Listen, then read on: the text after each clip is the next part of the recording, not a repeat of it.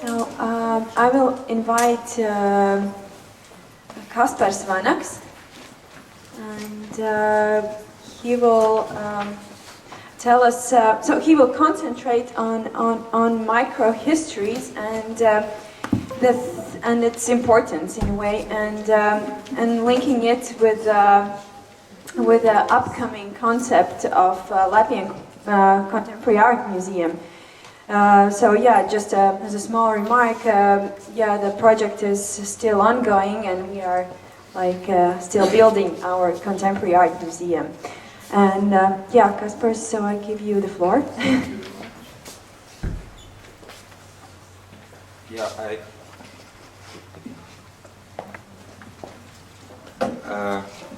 there are really plans resurrected by private initiative to build in Latvia a contemporary art museum, and by year 2021, and I had that honor to work and to lead the group working on the museum's creative strategies.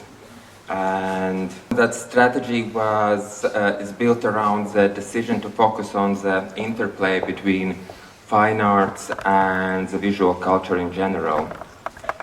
And this choice has also consequences concerning the way we work, or we are thinking over the development of the contemporary art collection. That means I don't have any background concerning work with archives or particular museum collections.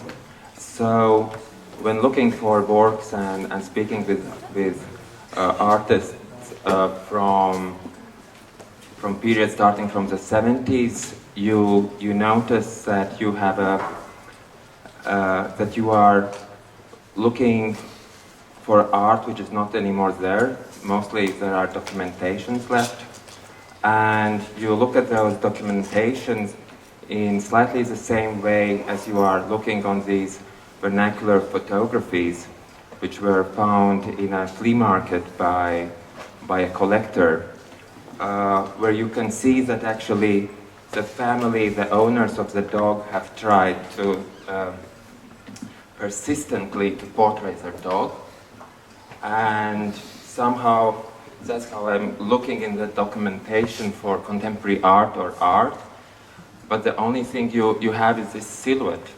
It's not there. So what happens actually is that you start to pay attention more to what's around that object of your search, and you notice that the dog is kind of like the punctum, as Roland Barthes would say, but it's not what makes those photos interesting. They are interesting because of that strange narrative line which unites a microhistory of a middle-class family.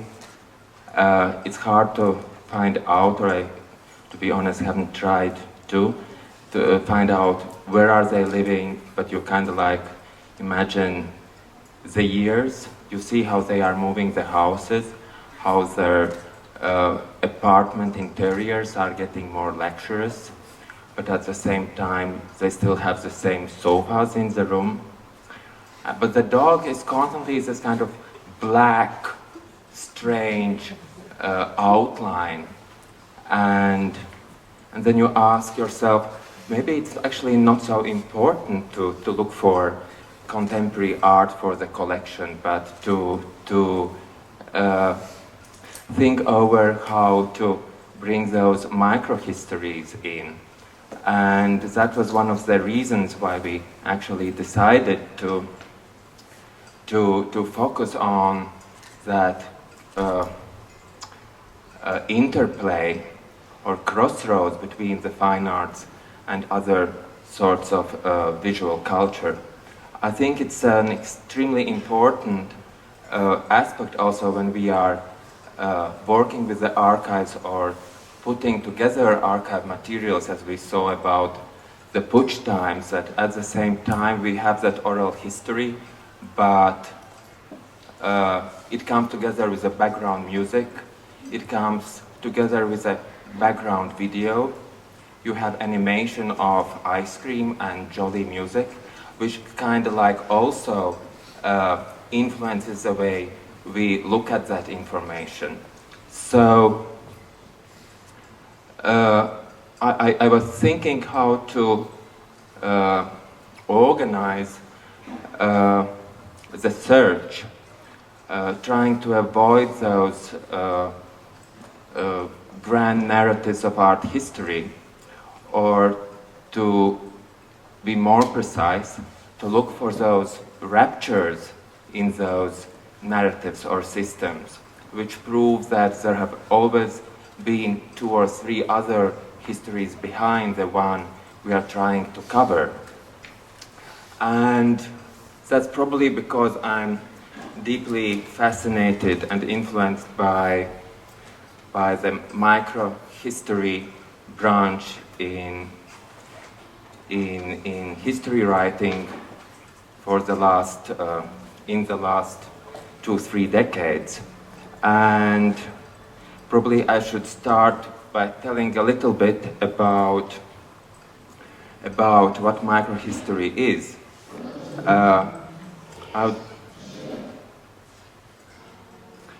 One can say that the concern with the particular, the intimate, and the quotidian as a rejection and critique of grand narratives in social sciences and critical theory have for decades motivated historians to reconsider the issue of scale and point of view in their practice.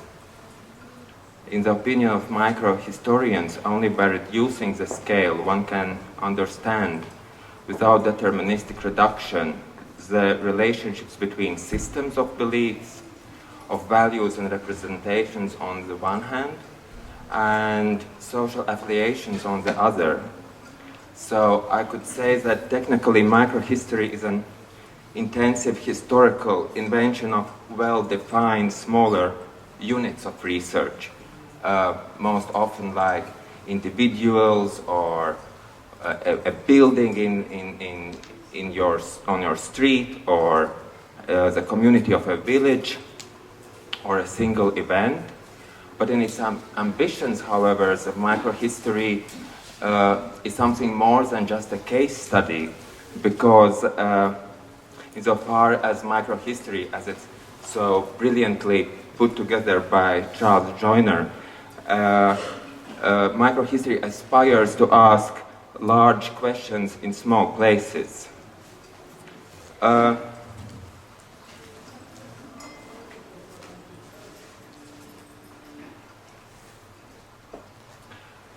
So the careful delineation of particularities and details, as well as the treatment of any historical figure as an actor with his own agency, motives, feelings, and worldview or consciousness, has brought to life new methods of storytelling. By focusing on ephemera, fragments, anecdotes, we should remember that anecdotes are the literary forms that punctures the narrative. So by focusing on insignificant details and superficial manifestations, this new genre history books try to achieve what Walter Benjamin called profane illumination. So that's exactly how I felt when looking through these photos.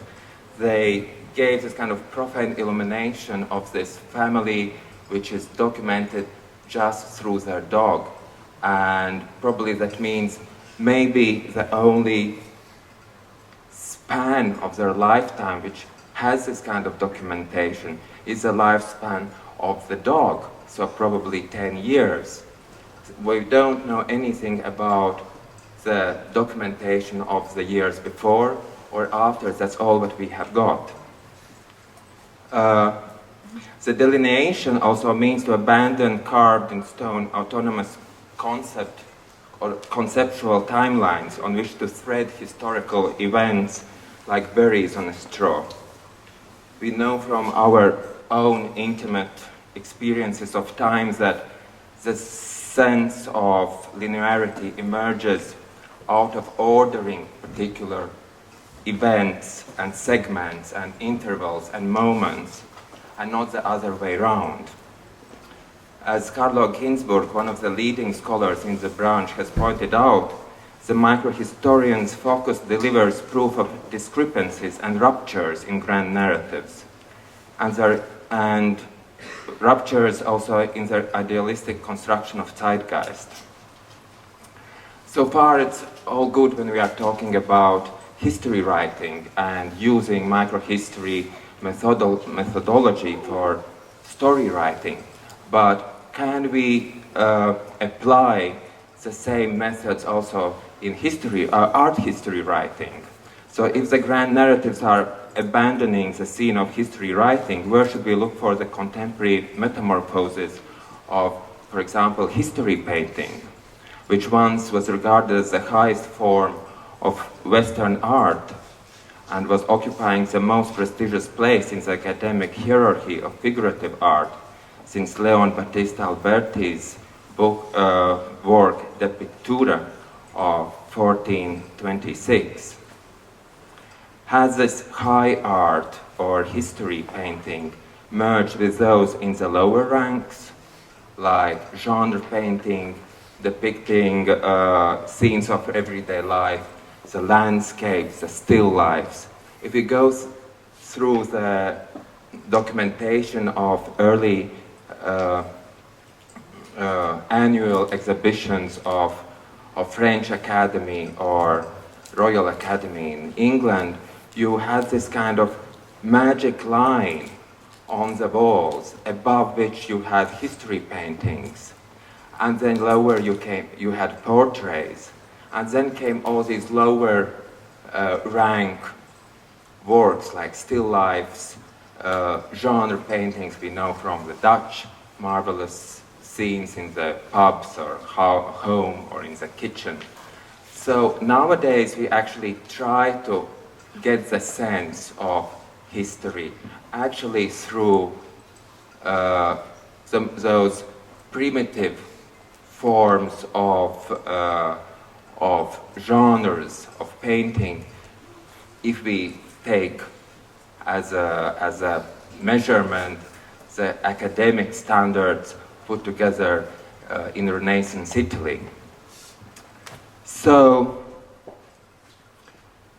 if we are not really sure what this kind of metamorphosis of history painting is in contemporary art, we can probably ask, what about history of art itself?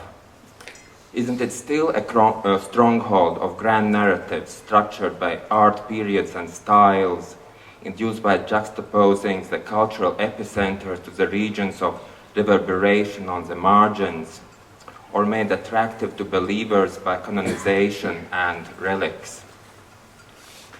It's problematic for an art historian to apply the copycat methods of microhistory by narrowing his or her focus on peculiar exceptions or a singular artist.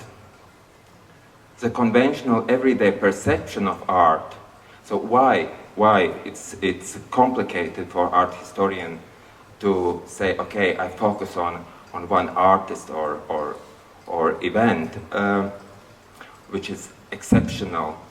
The reason is that the conventional everyday perception of a regular exhibition goer, his everyday perception of art is in itself based on the idea of the exceptional or the peculiar. And there is also the famed first line of Ernst Gombrich's The Story of Art, namely, there really is no such thing as art. There are only artists. Certainly, Gombrich's formula was not intended as an attempt on the original art historical method. Rather, in a more concise or simplified way, it introduces the problematic at the core of the art historical discipline. The constant presence at different times and places of images of image-making activities or other formal symbolic practices of creativity on the one hand, and the rather restricted modern notion of art with capital A, in comparison to the wide diversity of contexts and functions of the form-making activities in human history. This difficulty has been discussed in art history by the following generations of academics. Hans Belting's book Bild und Kunst, or in the English version Likeness and Presence, looks at the role of images in society before the era of art and covers a vast chronological span from late antiquity and the earliest icons that survive in Sinai and Rome through the Byzantine Empire and to the development of the altarpiece in medieval Italy. And on the other hand, if we go forward and not backward, there is Arthur Danto's book, After the End of Art, where he talks about the consequences of Andy Warhol's exhibitions in 1964. Since then, in Danto's opinion, there are no stylistic constraints and no special way that works of art have to be. Either is it possible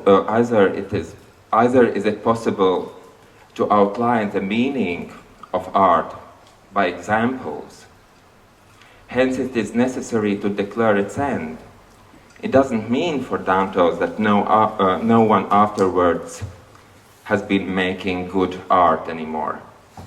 Instead, in his opinion, artists have paradoxically been free to make art out of anything, out of everything, and most of all, for anyone.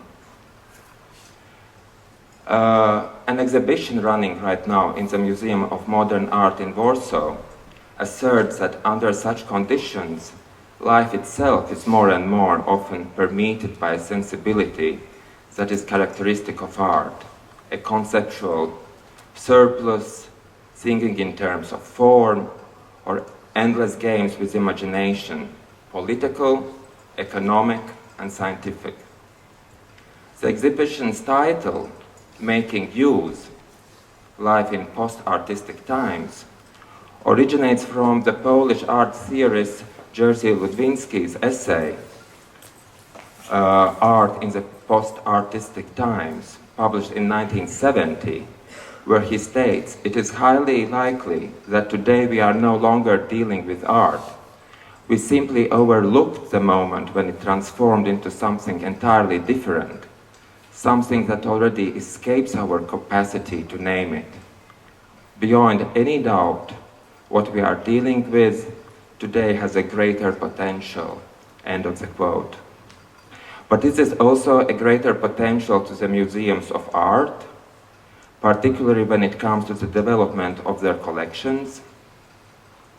Before asking what is there left to continue with collecting after the end of art, we should pay attention to a particular paradox of an art museum. Namely, art museums so far have been specific among all the other types of museums because their practice collects things which are usually produced with an intention to be collected. For more than 2 centuries, systematically acquiring objects which have been created with exactly such a rationale in mind, art museums as an institution has been inclined to the risks of cultural tautology. Now there are other risks to face. In a situation where art radiates to non-artistic environments and artistic competences achieve an impact on reality, but doesn't materialize as artworks, what should a museum collect? What are the new principles to recognize a forgery? Should we measure the actual impact or test the authenticity of the particular segment of reality, which the artwork kind of like says is now changed or is being under construction?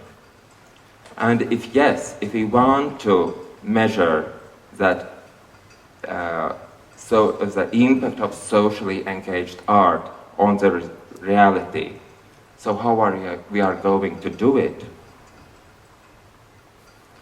Today, when authenticity has become the holy grail of contemporary culture, let's name just the reality shows, the live news reports, and real-time streaming opportunities as examples, art museums have to deal with the quest for a new kind of trustworthiness.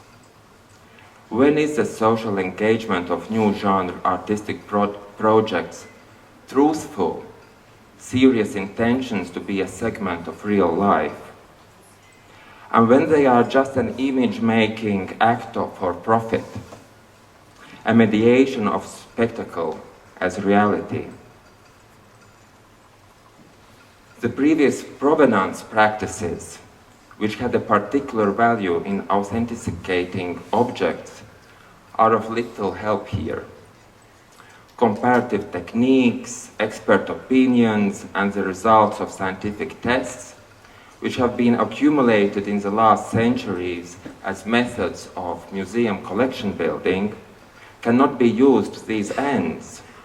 In these cases, even the documentation is not anymore essentially a matter of establishing the proof for authenticity. And still, the answer is often looked for in museums' archives, which seem to be of more help in this than museums' collections. What used to be kept as two separate repositories have started to fuse, forming a single entity. Let's remember a couple of examples from the exhibition history of the last decade.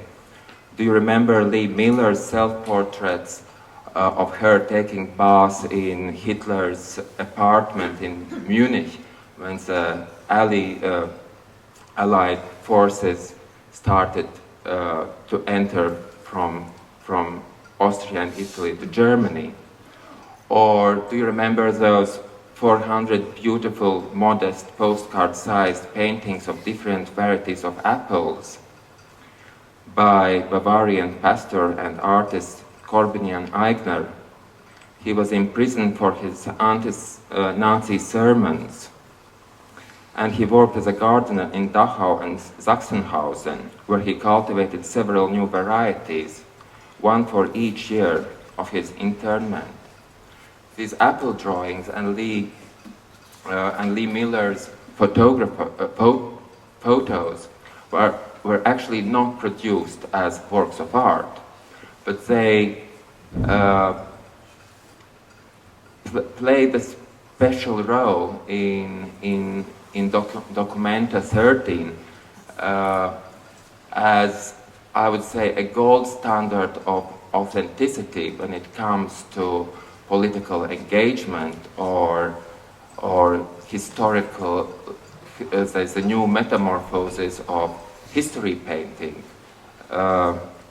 in today's culture. And also I could mention the Encyclopedic Palace exhibition by Venice Biennale's curator, Gioni, where the vernacular and the freaky was rubbing shoulders with the artworks from the prominent private and institutional collections. So there are some of answers concerning the new criteria of veracity, which could be provided by the significant impact of microhistory on the way the relationship between fiction, reality, and the agents of historical acting are nowadays revealed in the collections other than those of art museums, or other than those in art collections of art museums. I would like to show a couple of microhistories which tell a lot. This is Margaret. Margaret in 1969. And the photos you see here is a documentation of a relationship or short-term engagement or romance between her as a secretary and her short period lover, her boss, the owner of a small Maschinenbau machinery factory in South Germany. So it's interesting, this collection, which consists of approximately 800 items, was showed up and reached collector and gallerist Susanne Zander, who is particularly interested in vernacular photography already since the 80s. And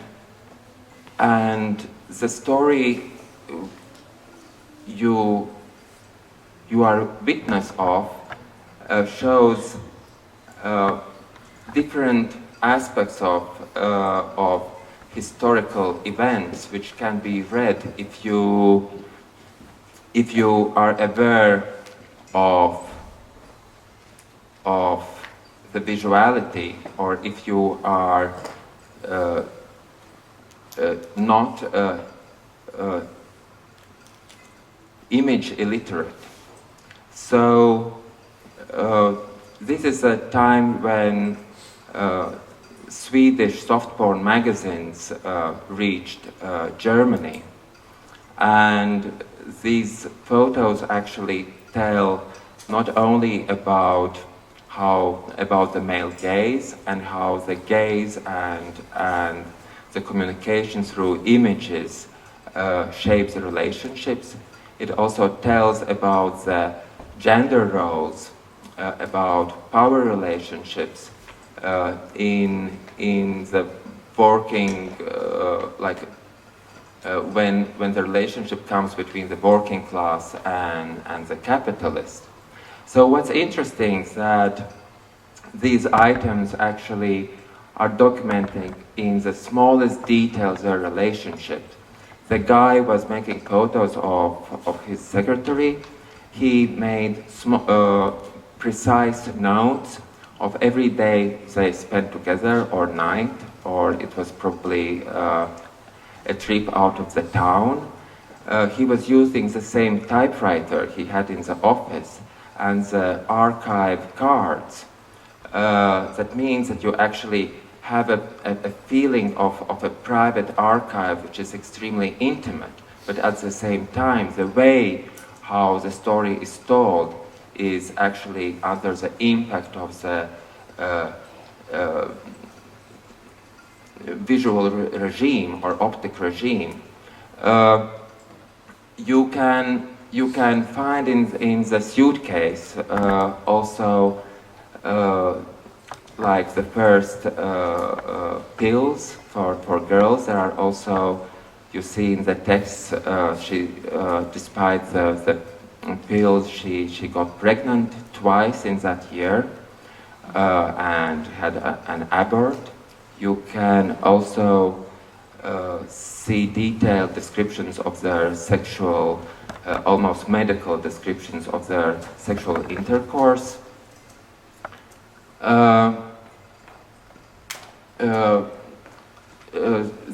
He writes down what she's wearing or what he has bought for her.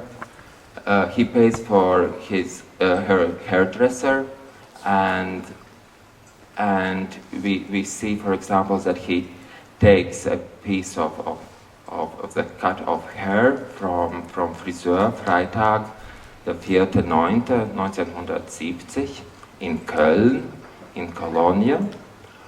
You see the dresses he's buying. Here is Kaira Krebele, angliski. How that crispy stuff you get when the blood hardens, and then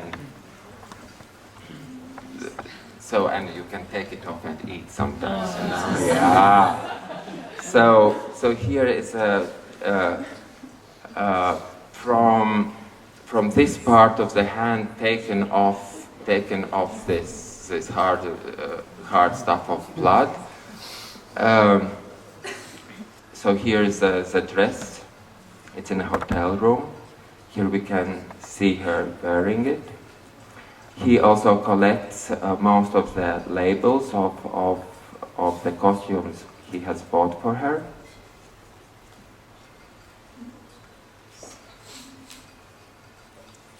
He is collecting every single receipt from hotels or restaurants where they have spent some time together, as well as Ausflugs booklets, like of cities they visit.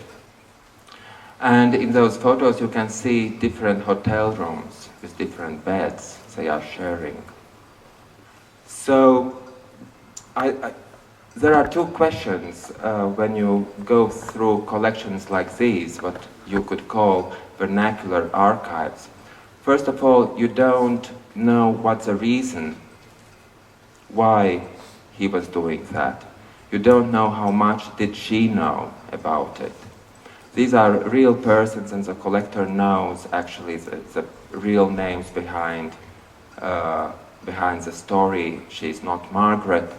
But what's interesting that there is one specific thing you are sure about, and that's the authenticity. And that's this kind of gold standard we nowadays need in the museum collections, where the authenticity or the reality is running through our fingers like sand, when we don't know the reasons why socially engaged political activists are doing art projects in the framework of a festival for just 1 month. It's like revolution for 2 weeks, and then you go somewhere else and do a completely different art project. So this authenticity also shows you another aspect, that people were doing these things for real. It's a feeling you get when you research nonconformist or youth counterculture movements in Soviet Union, where you know that they were risking with everything they had just to do a performance or to have long hair. And these visual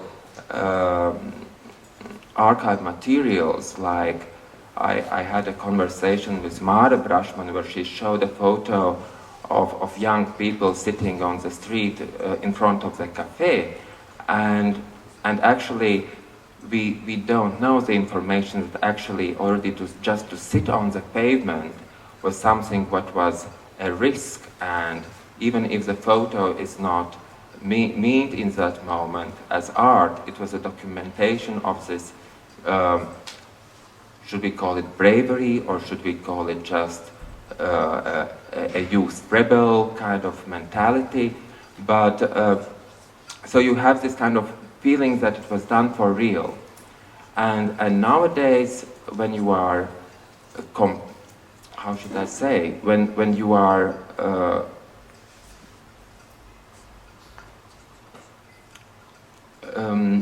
you are looking for this type of works or documentation, so that you actually could understand that that probably we shouldn't get nostalgic about that period, although because we actually don't know how much performance or how much show off was the real motivation between these young people or artists among themselves as an alternative subgroup of society. Here I want to show these kind of two parallel stories taking place in the life of one and the same artist. It's a well-known Latvian book illustrator from from the 60s, 70s up to mid-80s. My generation and the generation before me know him because he was the most popular children's book illustrators. That kind of realism of his pictures were made the books in real page turners, and you had this that feeling that actually that fiction must be a documentation of real story. One of the books is about children having their little community house in the backyard and how they are fighting with criminals or building a football team or so. And I wrote a letter to that writer as a 12 or 14 years old kid asking for the address of that house. Although I knew precisely that that book was written in 60s, and these kids are definitely already grown-ups. So this kind of narrative structures of fiction made to seem real is also what probably we should keep in mind when we look on the conceptual artists or nonconformist artists in the 70s. So this guy actually, when he died, left a huge archive where you see a completely another story. He was developing for 30 years a kind of like Sim City of analog era, drawing hundreds of schemes and sketches and calculations based on the story that Latvian exiled Latvians after the Second World War are founding another community, so to say, in Iceland and near Reykjavik, and that they are making the Baltic states, the exiled Baltic states, with their own army, with their own administrative system. It's founded by an exiled Latvian American millionaire, and in these notes you find that he says, I actually have just three passions in my life. It's sex, it's Nazism, and it's militarism. And in these drawings you see how they are building a new nation state in near Reykjavik, as you can see, made in Iceland, and it's based actually on very strict racist methods concerning the growth of the nation, because you need meat for artillery. So you can see that that men are strong and women have broad hips and huge tits, because they are kind of like birth machines. You can see it's actually the girl there at the with that passepartout. There is a text saying super select, and then there are military plans how Russia could be invaded. You see that these women are kind of like at the same time with a touch of Soviet fashion, but under those coats they are pretty sexy, and here you have this kind of couples, and it's all just to raise the nation.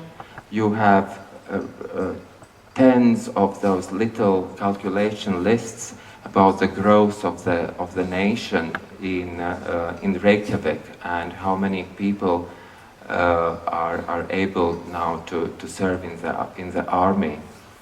And you can see that every 2 or 3 months he does a calculation again, kind of like he's not sure that the numbers fit.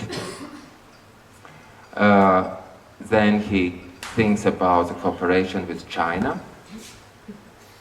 And what's interesting that that he was also the author of illustrations for the first book of in Soviet Union, which was a manual for married couples concerning the sexual life. And it's interesting that that the guy whose hand created that visual world of kids, and later that was that typical banking book for young teenagers of my generation, because these were the only pictures you could see of sexual intercourses.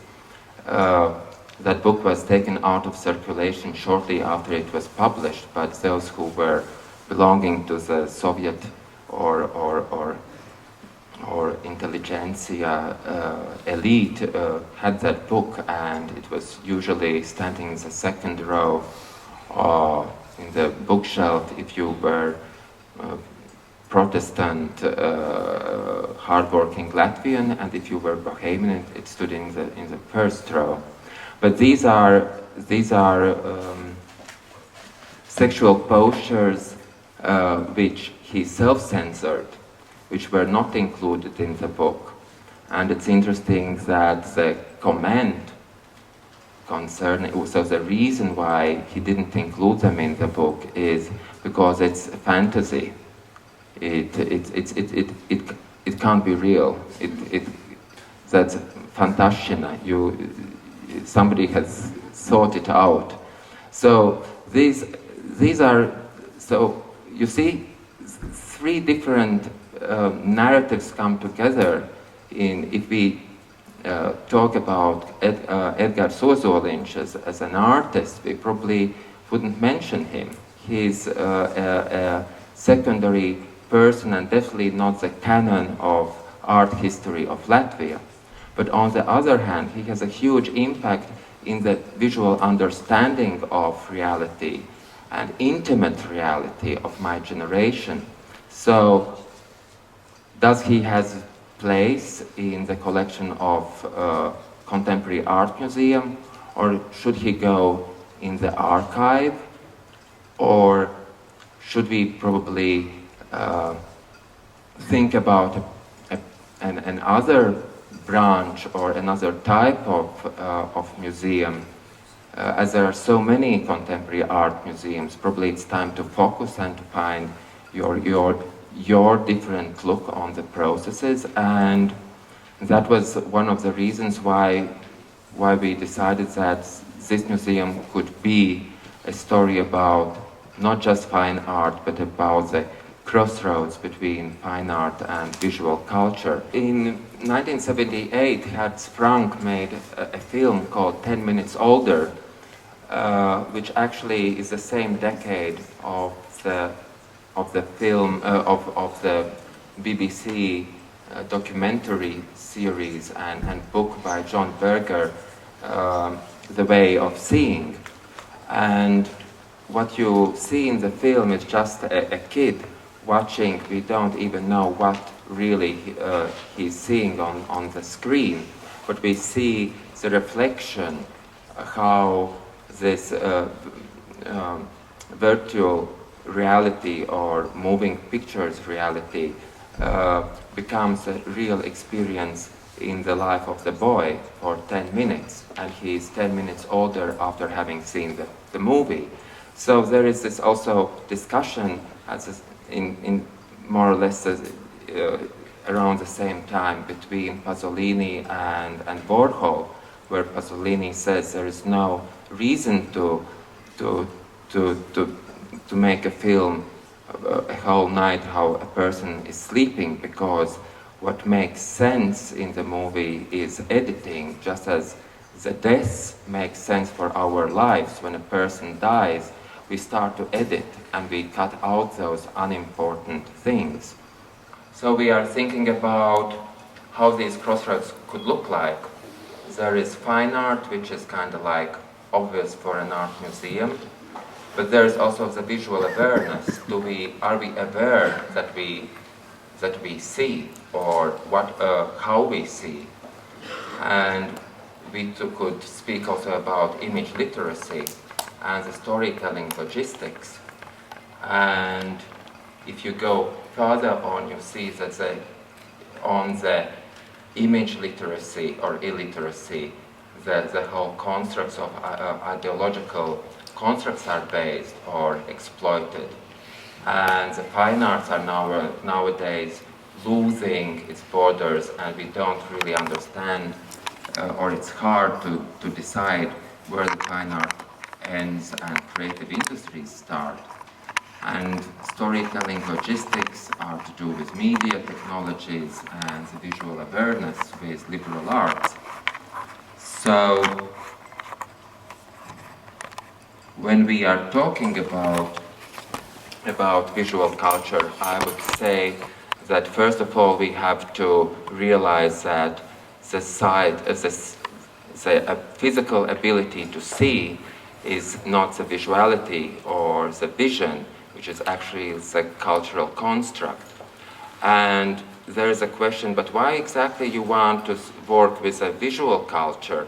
Because art is nowadays quite often invisible, or the visible aspects are not the most important ones. Then the answer is that visual culture studies are not just about the vision, but also about the overlooked, or what you haven't noticed, or what we don't want to see. Also, the visual culture or visual things are never always, there are no just visual media. As an example, I wanted to show underground LPs from Soviet times when there were no tapes yet for tape recording. So the underground samizdat record activists were using X-rays because the layer gave you the possibility for magnetic recording on it. So you have jazz music and rock and roll and bossa nova and dance music on X-rays where you see broken hips so. And I think it's interesting to see these media as part of the collection. Thank you.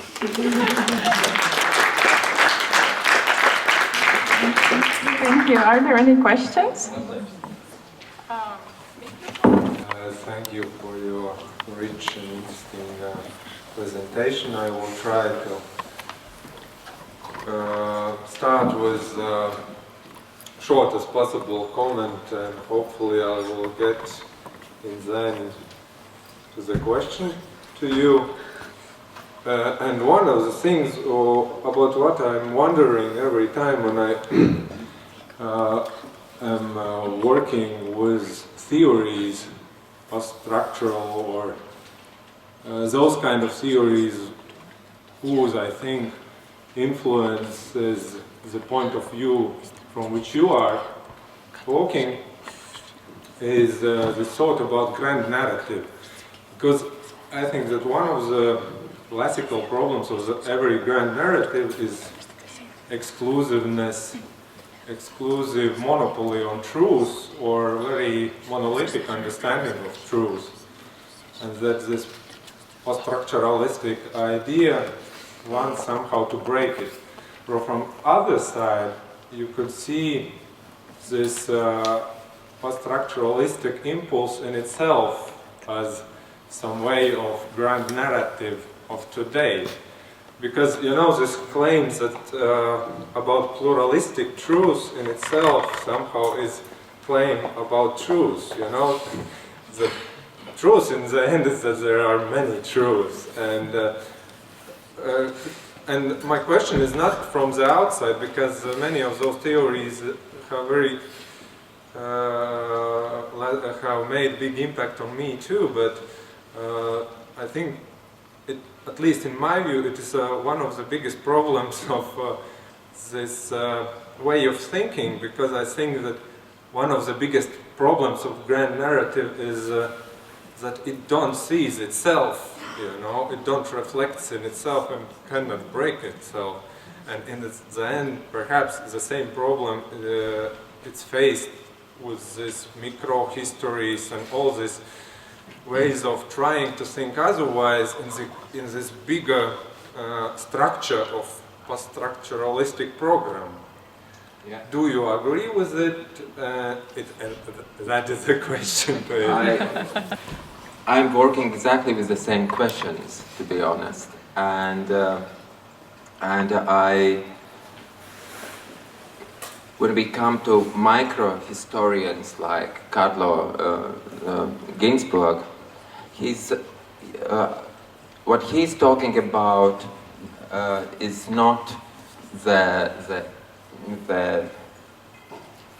possibility to abandon the grand narrative, but to show that